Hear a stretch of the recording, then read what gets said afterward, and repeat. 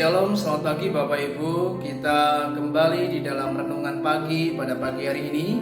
Bagaimana kabar saudara? Semuanya tentu dalam keadaan sehat dan kita bersyukur kita boleh menikmati anugerah Tuhan. Nah, pagi ini kita akan bersama-sama merenungkan firman Tuhan yang kita akan ambil dari Kejadian pasal 25 ayat yang ke-20 sampai 21.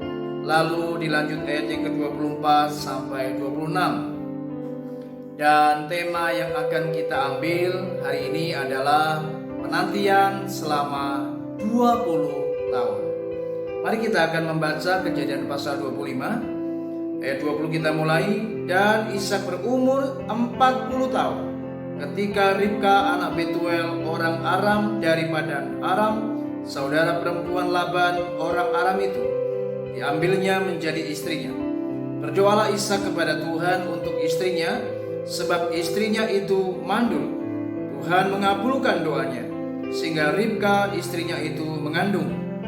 Setelah genap harinya untuk bersalin, memang anak kembar yang di dalam kandungannya.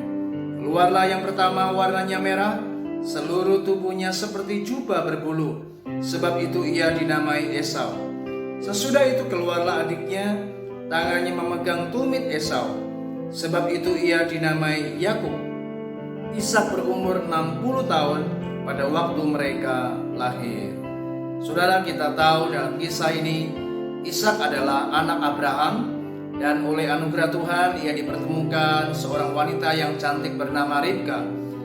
Tetapi siapa pernah menduga Bapak Ibu, ternyata ketika Ishak menikah dengan Ribka di usianya yang berumur 40 tahun, pada waktu itu Ishak ternyata mendapatkan sebuah persoalan ketika ia menghadapi bagaimana istri yang ia cintai, Ribka, ternyata mandul Bapak Ibu.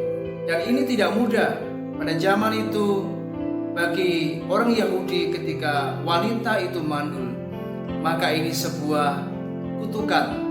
Dan tentu ini tidak mudah dijalani oleh Ishak sebagai seorang kepala rumah tangga. Saya yakin ini pergumulan yang berat, karena tentu keluarga ini menghadapi tekanan demi tekanan Bapak Ibu.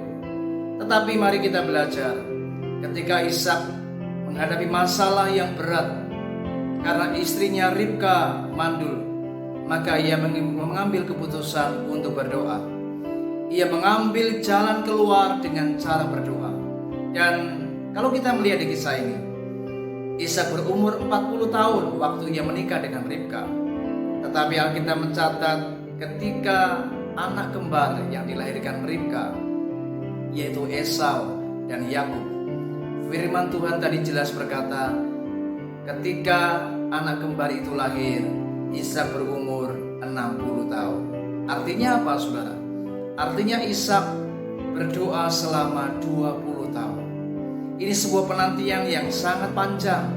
Ini sebuah pergumulan doa yang luar biasa. Karena Ishak berdoa hampir kurang lebih 20 tahun Bapak Ibu. Inilah dahsyatnya sebuah doa. Bagaimana ketika Ishak menanti jawaban doa dengan rentang waktu yang sangat panjang, 20 tahun. Itu bukan perkara yang mudah. Ada banyak kita seringkali ketika kita belajar menanti, kita seringkali sulit untuk menghadapinya. Kenapa? Karena kita cenderung selalu inginnya semuanya serba instan dan cepat untuk segera dijawab. Saudara, mari hari ini apapun pergumulan yang kau hadapi, belajar dari keluarga Ishak. Mungkin hari ini Anda juga sedang merindukan seorang anak lahir di tengah keluarga saudara. Mungkin hari ini Anda menghadapi pergumulan karena istrimu mungkin mandul, atau istrimu mungkin belum bisa melahirkan anak, atau mungkin Anda mengalami masalah-masalah keluarga yang lain. Anak-anak saudara sedang Anda gumuli karena Anda membutuhkan sebuah jawaban supaya anak-anakmu diubah oleh Tuhan. Dan banyak masalah yang lain saudara. Mari hari ini belajar, ingat, hadapi masalah dengan cara berdoa. Mari belajar seperti Ishak. Ishak berdoa sungguh luar biasa. Dia bertekun di dalam doanya. Dia terus berdoa selama 20 tahun dan ia sabar di dalam penantian itu, saudara. Dan puji Tuhan, akhirnya Tuhan menjawab. Tuhan mendengar dan menjawab doa Ishak. Alkitab jelas tadi dikatakan Tuhan mengabulkan doa Ishak dan Ribka akhirnya mengandung. Nah, apa yang dapat kita petik dari kisah ini? Ada dua hal yang ingin saya kupas, saudara. Yang pertama, perhatikan baik-baik bahwa tidak ada yang sia-sia saat kita berdoa. Mari kita lihat di Lukas pasal yang ke-18 ayat yang pertama dan ayat yang ke-7. Yesus mengatakan suatu perumpamaan kepada mereka untuk menegaskan bahwa mereka harus selalu berdoa dengan tidak jemu-jemu.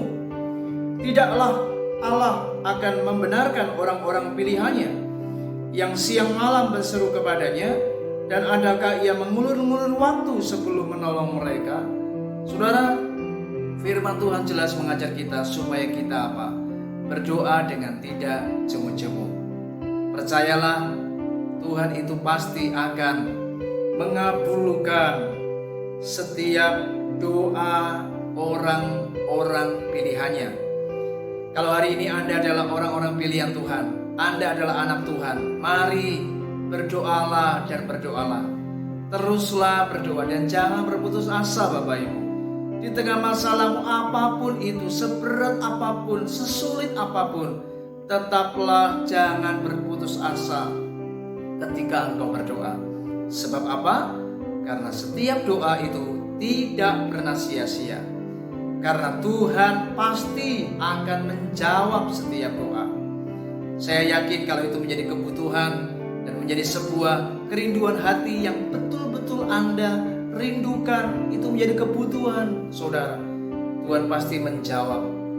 Tapi ingat, waktunya Tuhan bukan waktu kita. Belajarlah percaya, waktu Tuhan pasti yang terbaik bagi kita. Yang kedua, Bapak Ibu, kalau tadi dikatakan tidak ada yang sia-sia saat kita berdoa, tapi yang kedua adalah tidak ada yang mustahil saat kita berdoa. Saudara, mari kita lihat Yakobus pasal yang kelima ayat 16. Firman Tuhan berkata, karena itu hendaklah kamu saling mengaku dosamu dan saling mendoakan supaya kamu sembuh. Doa orang yang benar bila dengan yakin didoakan sangat besar kuasanya. Saudara, luar biasa firman Tuhan dikatakan doa orang yang benar. Kalau Anda orang yang benar, Anda yakin, Anda percaya, Anda benar-benar yakin apa yang Anda doakan, maka dikatakan sangat besar kuasanya. Doa memiliki sebuah kuasa. Sebab apa, saudara? Tuhan kita adalah Tuhan yang punya kuasa. Tuhan yang mampu melakukan apapun yang bagi manusia mustahil, tapi bagi Allah tidak ada yang mustahil. Itulah yang namanya mujizat. Saudara, bagi Ishak pada waktu itu, secara logika, mana mungkin Ribka bisa melahirkan karena Ribka mandul. Tapi Ishak tidak mau meratapi keadaan yang ia alami dengan rasa kecewa atau sedih atau putus asa. Tapi dia berdoa. Dia terus memohon supaya Tuhan menyatakan kebaikan, Tuhan menyatakan anugerah, Tuhan menyatakan belas kasihannya, dan memohon yang namanya sebuah keajaiban. Dan ternyata apa yang terjadi? Lewat doa yang benar-benar yakin didoakan, Tuhan pasti mampu melakukan. Dan lahirlah yang namanya Esau dan Yakub. Artinya itulah yang namanya miracle. Itulah yang namanya keajaiban. Dan apa yang bagi manusia tidak mungkin, bagi Allah mungkin, Bapak Ibu. Sebab Allah selalu melakukan apa yang tidak mungkin. Sebagaimana manusia berpikir, mana bisa itu terjadi? Tapi Tuhan mampu melakukannya. Saudara, mari hari ini jangan pernah kecewa, jangan pernah berputus asa, tetaplah berdoa. Sebab setiap doa itu tidak sia-sia. Tapi yang kedua, setiap doa itu bisa atau dapat melahirkan yang namanya keajaiban bagi hidup saudara. Kiranya renungan yang singkat ini memberkati kita. Ingat, jangan pernah berhenti berdoa. Teruslah berdoa di tengah pergumulan saudara. Penantian memang tidak mudah, tetapi kalau Anda bertekun, Anda pasti akan melihat kemuliaan Allah dinyatakan bagi kita. Tuhan Yesus memberkati. Shalom.